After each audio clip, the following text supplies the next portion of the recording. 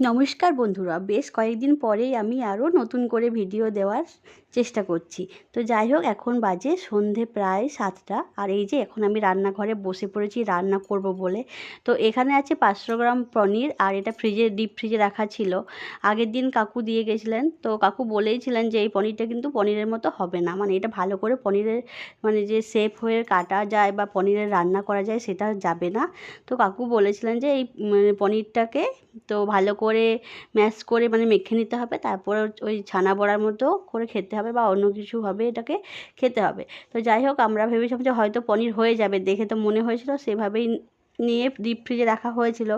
আর যেদিন নিয়েছিলাম আগের দিন, সেদিন রান্না করতে পারিনি, কেননা একটু পুজোর কেনাকাটা করতে গেছিলাম ছেলেকে নিয়ে, সেই জন্য। তো এখন দেখো, পরের দিন সন্ধ্যেতে আমি এটা ডিপ ফ্রিজ থেকে বার করে প্রায় 1-2 ঘন্টা আগে রেখেছিলাম নর্মাল জলের মধ্যে দিয়ে, বরফটা কেটে গেছে। এরপর আমি এটাকে পনিরের মতো কাটতে বসেছি, দেখছি এর অবস্থা পুরো খারাপ, কোনোভাবেই পিস করে কাটা যাচ্ছে না। তো সেই জন্য বাধ্যতামূলকভাবেই ওই পনিরের শেপটাকে হাতে করে ভালো করে ম্যাশ করে মেখে নিচ্ছি। তারপর দেখছি যে এতেও কোনো কিছুই ভাবে রান্না হবে না, না হবে বড়া দিয়ে ভাজা, না হবে অন্য কোনো কিছু। ভেবেছিলাম এটাকে মেখে রসগোল্লার মতো করে ল্যাংচা বা কিছু বানিয়ে নেব, হয়তো বানানো যাবে, কিন্তু তাও দেখছি হাতে সেটাকে ডো করা যাচ্ছে না। তো যেই ভাবা সেই কাজ, অমনি মা বলল তাহলে এর মধ্যে অল্প পরিমাণে বেসন দিয়ে এটাকে ভালো করে লবণ দিয়ে হালকা মেখে তারপরে এটাকে বড়ার মতো ভেজে তারপর রান্নাটা করতে হবে। যেহেতু আমাদের পনিরের রেসিপি করার মতোই আজকে প্ল্যান ছিল, সেভাবেই আমরা সব জোগাড় করে রেখেছি। তো সেটা তো হবে না, কিন্তু আমরাও তো ছেড়ে দেওয়ার পারতি না, এটাকে যা হোক করে পনিরের রান্না করেই খাবো। তো এটাকে দেখো, প্রত্যেকটা এক একটা ডো করে রাখা ছিল, কেননা মা ভেবেছিল এগুলো এক একটা করে ভেজে তারপর বড়ার মতো করে রান্না করা হবে। তো আমি বললাম, না দাও, আমি এটাকে অন্য একটা ব্যবস্থা করছি। তো প্রথমে দেখো, ফ্রাইং প্যানে রিফাইন অয়েল দিয়েছি, তারপর আমি এর মধ্যে প্রত্যেকটা ডো দিয়ে হাতে করে ভালো করে সমানভাবে একটা, যে ধোকার ডাল না বানায় সেরকম ওই ব্যাটারটাকে বানানোর চেষ্টা করছি। তো পুরো কড়াইয়ের মধ্যে, ফ্রাইং প্যান আর কি, কড়াই যা হোক বলি, তো এর মধ্যে ভালো করে পুরোটা সমান করে মিশিয়ে নিতে হবে, যেন কোথাও মোটা সরু এভাবে না শেপ হয়।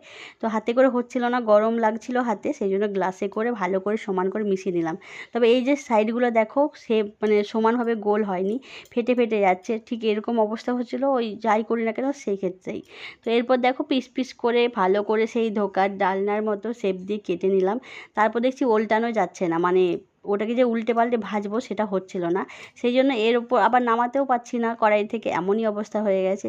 সেই জন্য এর ওপরে একটা থালা দিয়ে সেই কড়াইটা ধরে উল্টে দিলাম, থালার ওপরে পনিরের এই পিসগুলো নিয়ে নিলাম। তারপর আবার সেই উল্টো পিঠটা এক একটা পিস করে দিয়ে কড়াইয়ে আবার নতুন করে তেল দিয়ে তেলটা গরম করে ভেজে নেব। এইভাবেই পরপর সবকটা পনির পিস পিস করে ভেজে নিচ্ছি। এই যে এত সুন্দর পিসটা দেখতে লাগছিল, তার অবস্থা ভাজার পরে এইরকম হয়েছে। যেগুলো গোটা ছিল সেগুলো গোটাভাবেই ভাজা হয়েছে, আর যেগুলো একটু থেতো হয়ে গেছিলো সেগুলো কিন্তু ভেঙে ভেঙে গেছে ভাজার পরে। তো এটা এরকমই হওয়ার ছিল, আমাদের কিছু দোষ নেই, আর কারোরই কোনো দোষ নেই, কি করব, হয়ে গেছে। তো এদিকে পটলটাও ভেজে নিচ্ছি, পিস পিস করে কাটা আছে, আর এখানে একটু ইপ্পি বানাচ্ছি, মাম্মাম টিউশন থেকে এসে খাবে, আর মাম্মামের বাবা খাবে একটু। আজকে যে পরিমাণে গরম দিয়েছে, কিছুই খেতে ভালো লাগছে না, আজকে রান্না করতে বেশি কষ্ট হচ্ছে, কেননা সারাদিন একই রকমভাবে সেই রান্নাঘরে যারা রান্না করে তারাই বোঝে। আর এই রাতের রান্না আমার মনে হয় সবথেকে বেশি কষ্ট। যাই হোক, রান্নাবান্না সেরে তারপর স্নানটা করে নেব, তাহলে শরীরটা একটু ফ্রেশ হবে। আর এখানে পটল আলুগুলো ভালো করে নুন হলুদ দিয়ে ভেজে নিলাম, আর কড়াইয়ের মধ্যে যত পনিরের টুকরো ভাজাগুলো ছিল সব তুলে ফেলে দিচ্ছি তেলটা ফ্রেশ করে নেওয়ার জন্য। আর এরপর তেলে প্রথমেই গোটা জিরে আর শুকনো লঙ্কা ফোড়ন দিয়েছি, তারপর দিলাম টমেটো ফোড়ন। আজকে এর মধ্যে কোনো পেঁয়াজ দিচ্ছি না, তবে এই আদা বাটার মধ্যে কাঁচা লঙ্কা আদা রসুন বাটা আছে, সেই পেস্টটা দিয়ে দিলাম। তো ভালো করে হালকা করে ভেজে নিচ্ছি, খুব বেশি কড়া করে ভাজবো না। এরপর হলুদ গুঁড়ো, ধনে জিরে গুঁড়ো, শুকনো লঙ্কার গুঁড়ো আর নুন দিয়ে মশলাটা কষিয়ে নেব। মশলাটা কষানো হয়ে গেলে হালকা হালকা জল দিয়ে কষালে কি হয়, মশলাটা ভালো করে কষানো হয়ে যায়। পনির যেভাবে রান্না করি সেভাবেই রান্না করে নিচ্ছি এটা। তো মশলাটা কষিয়ে নেওয়ার পরে এখানে দিলাম আগে থেকে সেদ্ধ করে রাখা কাবলি চানা, কাবলি মটরগুলো আগে থেকে সেদ্ধ করে রেখেছিলাম, ওই যে বললাম না পনিরের রান্না করব সেভাবেই। তো এরকমভাবে সবজি দিয়ে পনির রান্না করলে আমাদের বাড়ির সবাই খুব ভালোবাসে খেতে। শীতকালে এই রান্নাটা বেশি ভালো হয়, যেহেতু ফুলকপি থাকে, গাজর থাকে। তো এখনও গাজর পাওয়া যায়, কিন্তু ফুলকপির সেই টেস্টটা বলে না, ব্রকলি দিয়ে বা ফুলকপি দিয়ে সে একটা আলাদাই অনুভূতি, তো সেটা হলো না। যাই হোক, পটল দিয়ে আলু দিয়েই করা হলো। সব কিছু একসাথে কষিয়ে নেওয়ার পরে গরম জল দিয়ে ফুটতে দিয়েছি। তো যখন জলটা ফুটে উঠেছে তখন এখন ভাজা পনির আর একটু সামান্য গরম মশলার গুঁড়ো, একটু পনিরের মশলা আর কাসুরি মেথি পাতা দিয়ে নামিয়ে নিলেই হয়ে যাবে এই রান্নাটা। তো আজকের রান্নাটা কেমন লাগলো অবশ্যই কমেন্টে জানিও, ভালো লাগলে একটা লাইক করো। আর নতুন ভিডিও নিয়ে ফিরে আসছি পরের দিন। আজকের মতো এখানেই ভিডিওটা শেষ করলাম। শুভরাত্রি।